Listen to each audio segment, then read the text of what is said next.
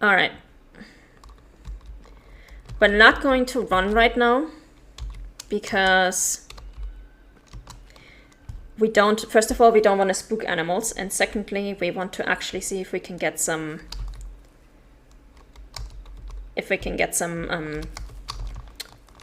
need zones mapped out along the way. Also, there's a mule deer herd that is usually drinking around over there. I'm pretty sure every player has shot at least 2 or 3 mule deer from that herd. And originally, when this game launched, the herd times were such that you started out this map during drinking time, but then the need zone times got changed, so now you start out during deer resting time. Now, one really important thing to understand about this game is how spooking works. A lot of people play this game and say, what, I can never find animals, and the spooking is broken, and the animals spook too easily, and they hear me over God knows what distance, and blah, blah, blah. The spooking in this game works like a meter, okay? And noise is literally, hearing is the most important animal sense in this game, and noise works like a meter. Every time you move, the meter fills, and every time you stop, the meter decreases. And that's really important to understand, because even if you are crouched and crouching very slowly, you are still going to make noise, and that meter is still going to fill. Once the meter reaches a certain point, the animals go alert. If you keep moving after they go alert, the meter fills some more and then they spook. If you stop moving, the meter decreases and they go back to being calm. Why is this important? Because that means if you keep on continuously moving, you are going to spook things inevitably. So the way I like to do it is, if I'm not already having my sights on a specific group, I move 50 meters, I pause for a bit, and then I move 50 meters again, until I actually hear an animal.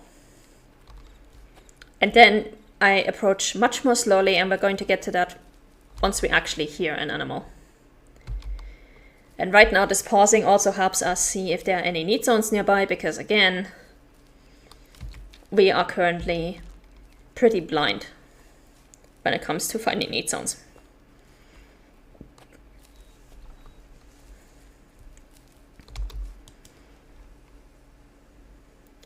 Now usually there are some deer over there in that area, so we're gonna have to be careful. But I am gonna see there's also a hunting stand somewhere over there. We're gonna see if we can get a kill from that hunting stand.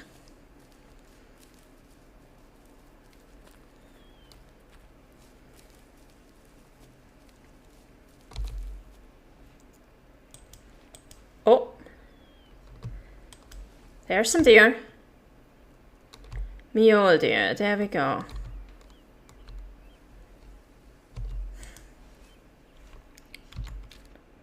But this is not the direction that we need to go. We need to go this way. So let's just, oh, there's some more deer over there.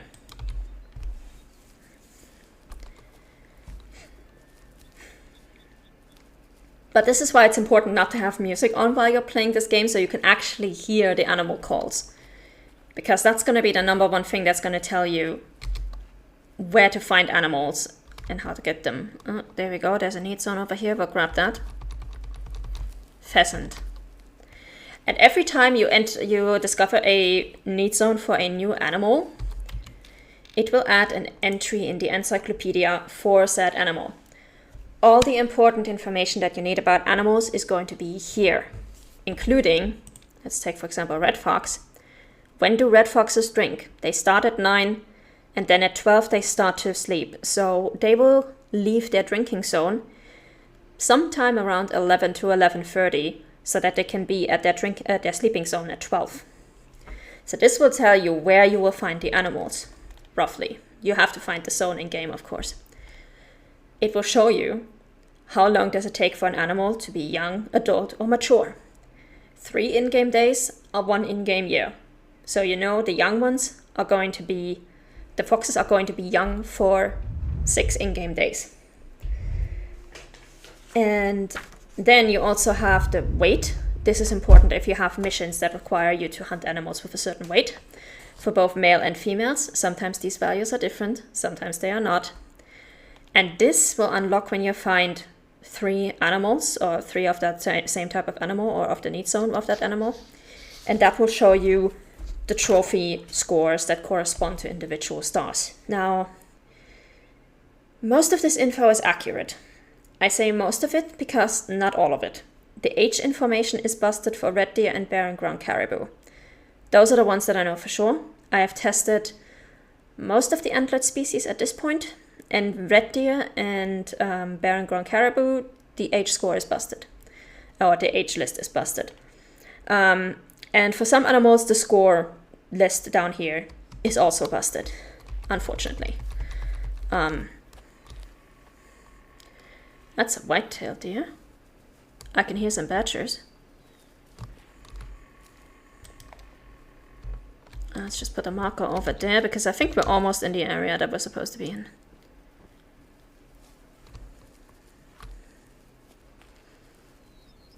Let me get that need zone, thank you.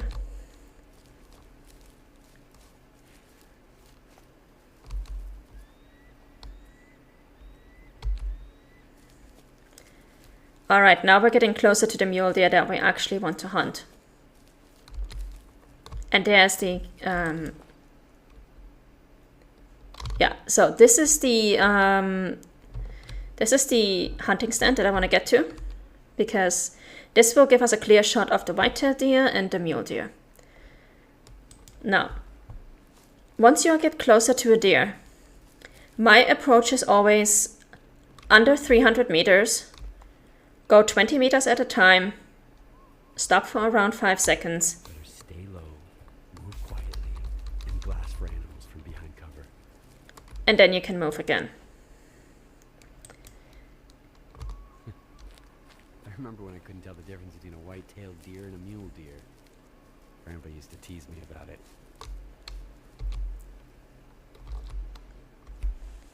Now, I did already crouch. Technically, I don't have to do that, but I haven't forgotten all those hunting lessons from Grandpa. right now we are without perks, so I'm crouching a bit sooner than I normally would, because there are perks that will make you quieter.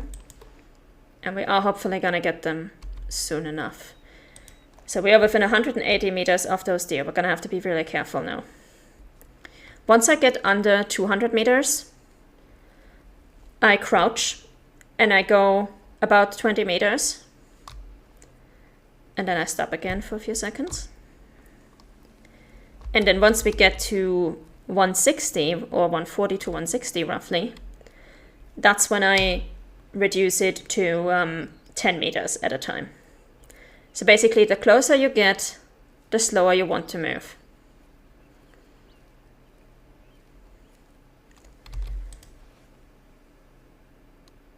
What do we actually have in here? A 1-star adult, a 1-star adult, a mature female.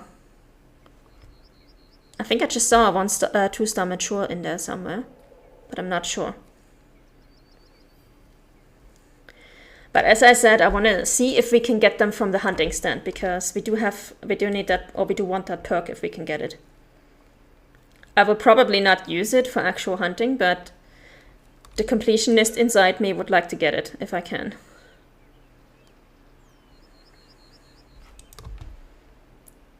God, all the males in there are adults. What the hell?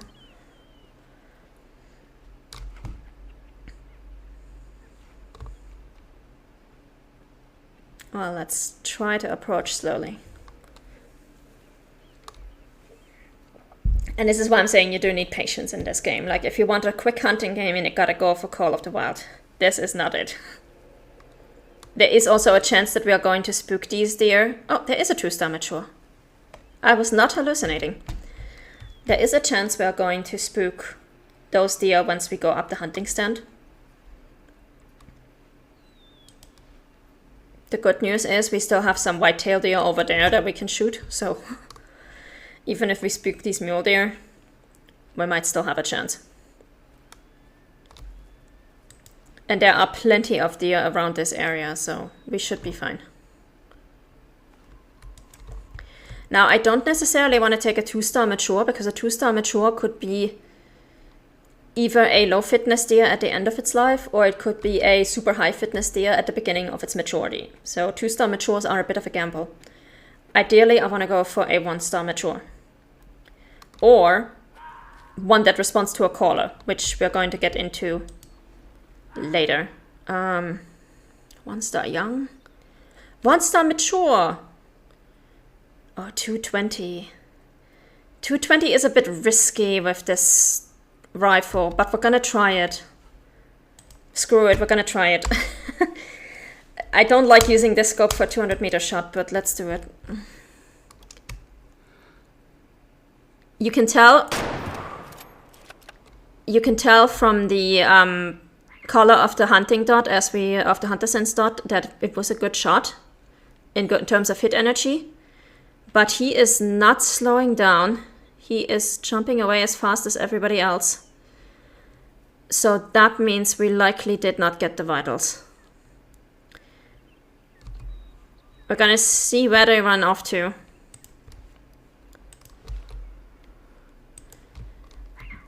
So we can see if we can find them again.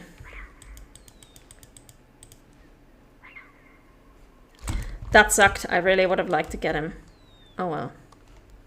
And of course, this shot also spooked the mule deer that we had over here, so they're gone. The good news is there are plenty of deer alongside this river, so we are going to finish that. It's just going to take a bit longer now. That's why River said he didn't want to use this gun over 100 meters. Alright.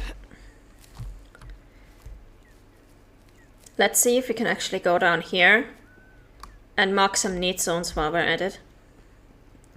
Because we should be able to get some drinking zones along this river.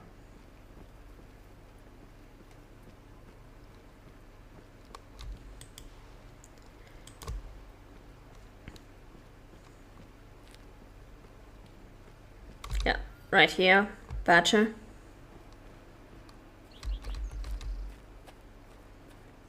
God, I really hate that I don't have the hunter sense when walking.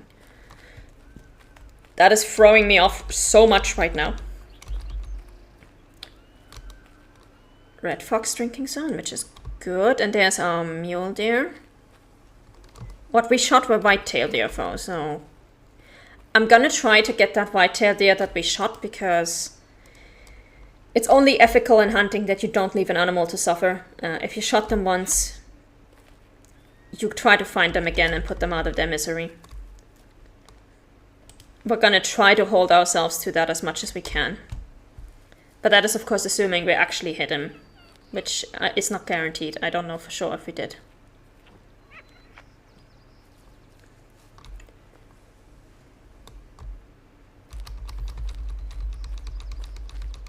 But yeah, we've got the white-tailed deer drinking zone here. And we got our first perk. So now we extended our hunter sense range. We're gonna start crouching as we go up here, because we're getting closer to where the animals actually are.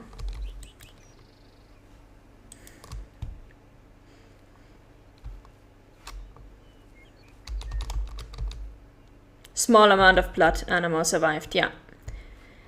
So the blood analysis, okay, we've got, I think the white-tailed deer, yeah, are over there. The blood analysis will always give you a decent idea of how badly you wounded the animal. If it's a small amount of blood, it means the animal survived. You don't even need to go looking for them, unless you want to be ethical and, you know, shoot them after you've shot them once. But that means they are not going to die. If it's medium amount of blood, they are going to die, but it's going to take a while, so expect to track them for a long time.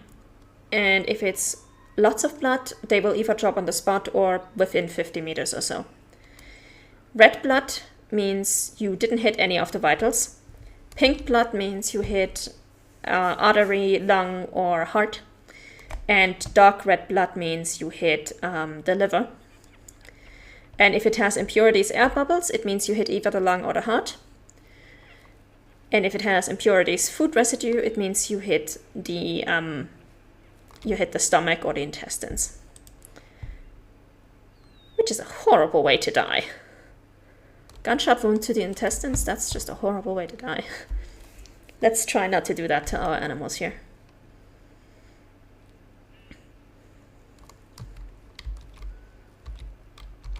Okay, we got the mule deer at 120. I don't want those. I would like to get my white-tailed deer. If I can find him, I would like to get the same white-tailed deer that I shot right now.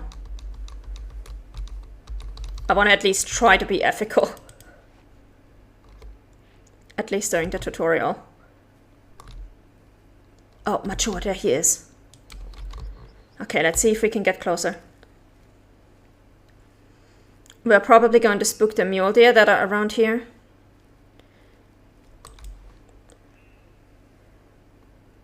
But if it can get me back to this mature white-tailed deer, then I'm going to say it's worth it. Now, one thing to note is that if you already spook them once, they are going to be a lot easier to spook later. So that's why I'm moving a lot more slowly now than I did in the beginning. We're gonna try to get to 150 meters and see if we can finally get him like this.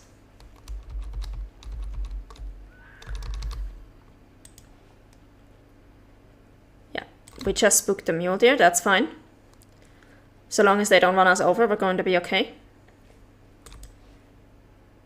160. Can I get another 10 meters, please?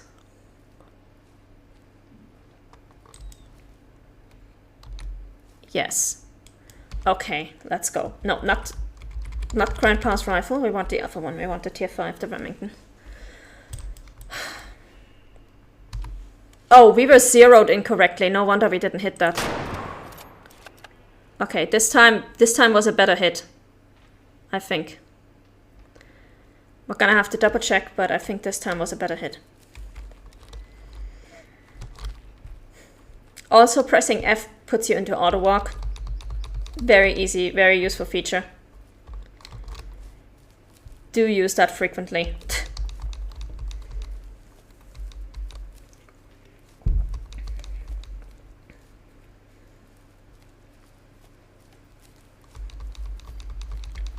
Got some more drink zones. Hopefully we can get through this river in one piece. We cannot swim, so you gotta be aware of that. You can actually drown in deep water. It will knock you unconscious and send you back to the lodge.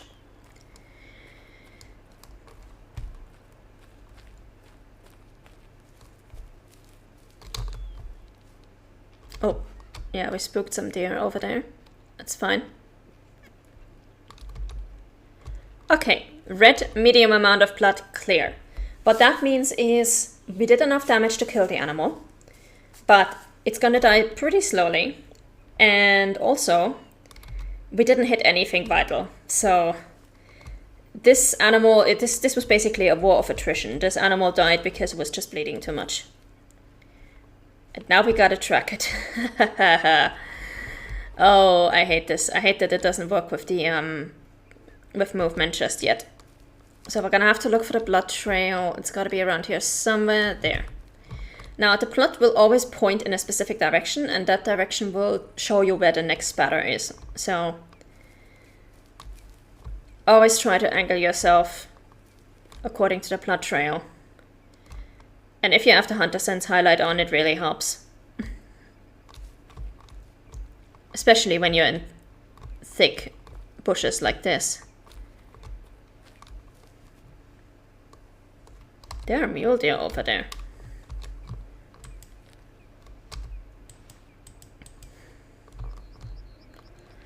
Well, we're gonna have to get some of you guys later.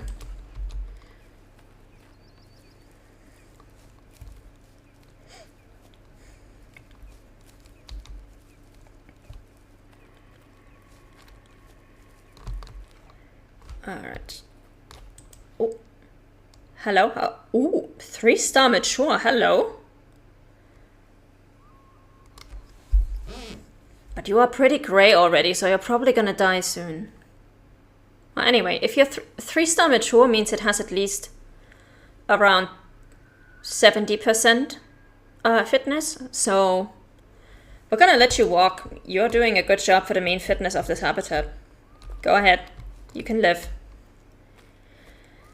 Now to find my blood spatter again. Where were we? Here. If you do want to make this easy for yourself, you can put down some markers at the blood spatters so you don't get lost. But eventually, especially with the perk that lets you have hunter sense while you're moving, eventually you will get good enough at this that you don't need to mark everything.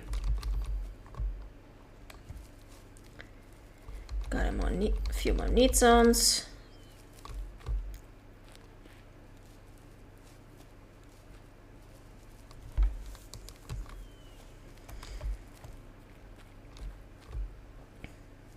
Let's see. Oh, there he is. There's our deer. Now, when you see the deer, I always recommend that you bring up your binoculars and have a look at him. If he is glowing with hunter sense, that means he's dead.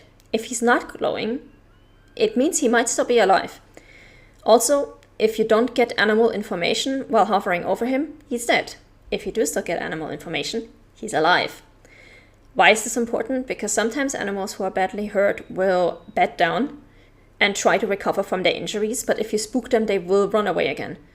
This is actually accurate to real life, so when you get sight on the animal, always double check that it's actually dead and it's not just resting and trying to get up. You can also see them breathing. If you don't have hunter sense activated, if you see the animal is still breathing, then just wait a bit. Okay, so we can see the first... Oh, that is so bad. Oh, look at this. It actually did go into the lung. We got too high for a hard shot. I was aiming for down here. But it went through the bone, which took off a lot of the hit energy. And then it went into the lung. It missed an artery by like a few centimeters. And it went into the lung and it did almost enough damage to kill the animal. Almost. It's missing like this tiny little bit over here. You can actually not see this on my... Hang on, I'm actually going to move my camera window for a bit so you can see that. Oops. Ah, come here. So, if you can see this tiny little bit over here, that is... Hey Nicholas, this is the little bit that we were missing. If we had done just a tiny little bit more damage to that lung, it would have been a kill. Oh my god, it would have been a one-hit kill. And we did actually touch the liver. So I'm not sure why we didn't get a dark red blood in here. But anyway, that finally did the last bit of damage to the lung that we needed. But because it took us 2 shots, we have a lower hunt rating because we lost more meat. And hey Centrix, how's it going? So yeah, because we had to do 2 shots, we lost quite a bit of meat. And because we lost this much meat, we had a lower hunt rating. Now the hunt rating does not influence trophy rating, so don't worry about that. Even if you kind of botched your shot, you will still be able to get a good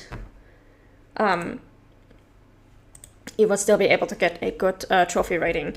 Except this is a 44% white-tailed deer. He would have made 2 stars at best. So we did the gene pool a favor. Let's get him out of here. Now, as the pop-up tutorial says right now, we have completed the tutorial. From now on, we could access all shop items, the multiplayer, the free mode, and the territories. I'm going to explain to you all what that is. So the territories means we could now go to the DLC maps if we wanted, or to the Avalanche map, Transylvania. Personally, we're not going for that just yet, because we're going to stay on Nez Perce and we're going to do all of Nez Perce's missions first. Multiplayer mode, you cannot do objectives in multiplayer mode. If you find a need zone in multiplayer mode, it will carry over to your solo map. But other than that, your multiplayer map and your solo map are separate. You do not have the same animal population there. And you get a new population with every single session. Also, if you're going to play multiplayer with somebody in this game, please understand that this connection is peer-to-peer, and you really want to make sure that the host has the better connection. Because if the host has a bad connection, you're all going to have a pretty bad time. Free mode is basically the same as story mode. It uses exactly the same map, so you can switch between them freely as you want. Free mode allows you to pick your character, but you cannot do objectives while you are in free mode. And story mode is the other way around. You can do objectives, but you cannot pick your character.